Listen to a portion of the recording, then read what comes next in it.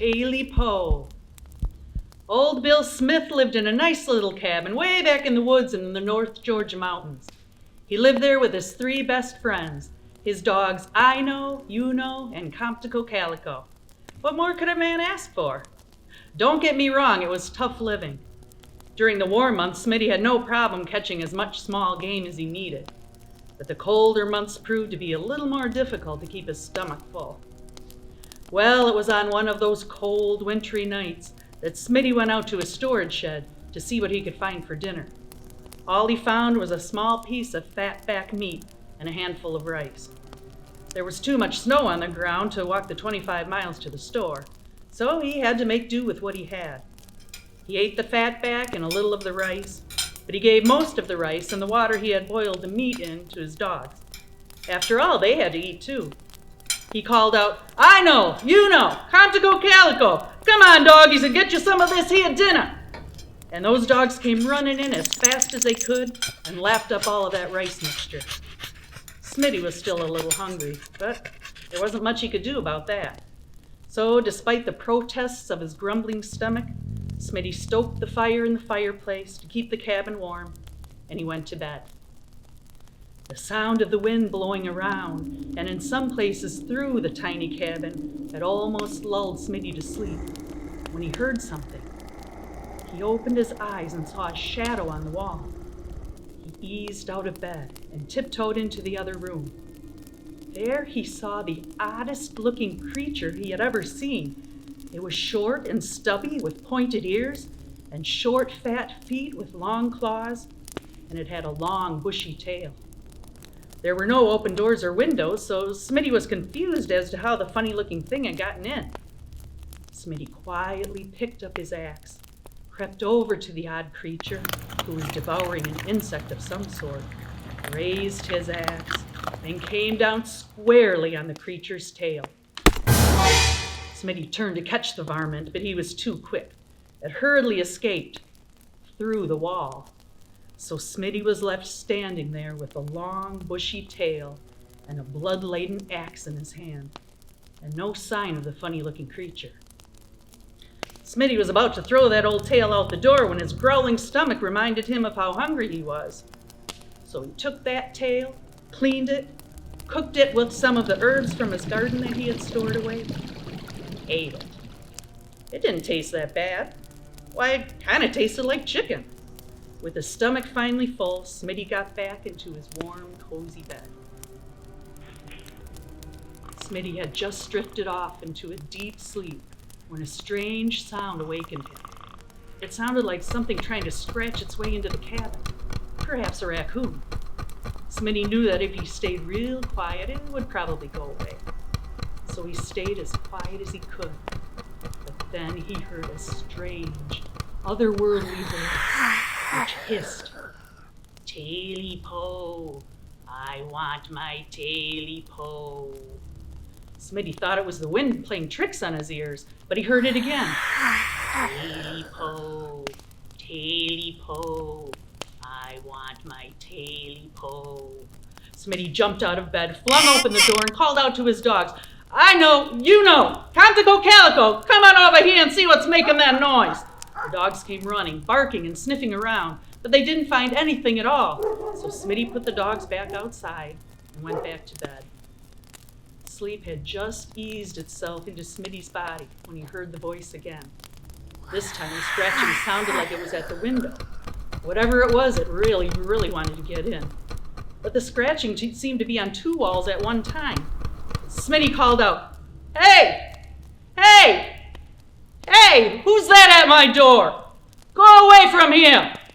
Then he heard the strange voice again, only this time a little louder. Tailypo! Tailypo! I want my Tailypo! Tailypo! I'm coming to get my Tailypo! Old Smitty wasn't one to frighten easily, but he was getting a little shaky. This was getting really weird. So he eased to the window and called, I know, you know, Comptico Calico, come on over here and see what that is scratching at my house. The three dogs bounded up to the porch and they sniffed around and barked and sniffed, but they never found anything at all. Smitty decided to stay up for the rest of the night to protect himself, his dogs, and his little cabin. So he pulled a chair next to the fireplace, grabbed a blanket from his bed, and settled in for the rest of the wind-chilled wintry night. Sleep soon overtook him. Once again, he dozed off. It was almost dawn when Smitty woke with a start. The sound of scratching seemed to reverberate from every area of the cabin. Smitty searched frantically for his axe, his rifle, or something to defend himself with, but he was so frightened he couldn't find anything. The scratching grew louder and louder and louder, and then the voice, "Tailypo! Where is my Tailypo? Give it back to me now!" Smitty yelled back, "Leave me alone! I ain't got your Tailypo!" Then he called, "I know! You know! Contico Calico! Come on in here and protect your old master!" This time the dogs didn't come, so he called again. "I know! You know! Contico Calico! Don't you hear me calling you? Come here, doggies!" He waited and waited, but still not one dog came running. Smitty had never been so scared in his life. He ran to his bed and jumped in. The scratching and the voice grew louder and louder and louder.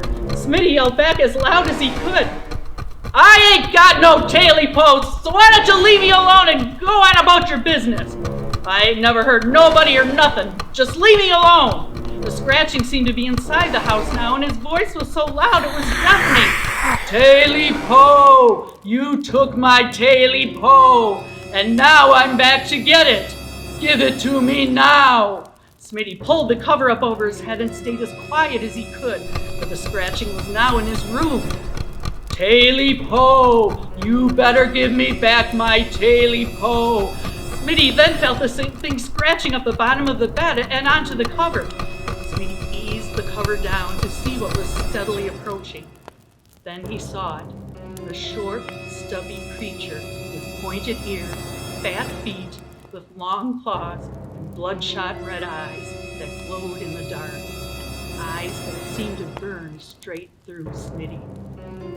Before he could pull the cover over his head again, the thing pounced on his chest, looked straight at him, and said, "You got my Tailypo, and you better give it back to me now." Smitty yelled, "I ate it! I ate your Tailypo! It's gone!" And that thing started to scratch and claw and tear away at old poor Smitty, trying to get that Tailypo back. Smitty tried to fight back, but that thing was too strong, and those claws were too sharp. Smitty's screams echoed through the dark mountains, then stopped, leaving a chilling silence. After a month or two without hearing from Smitty, the folks who owned the store at the base of the mountain went up to his cabin to make sure everything was okay. When they got there, they found his cabin torn to shreds, but no sign of Smitty or the dogs. They searched the woods and called for them. "Smitty! I know! You know! Contico Calico!" But they never found a thing. As the search party was heading down the mountain, the wintry wind began to blow, and a strange voice could be heard saying, "Tailypo, Tailypo, now I've got my Tailypo."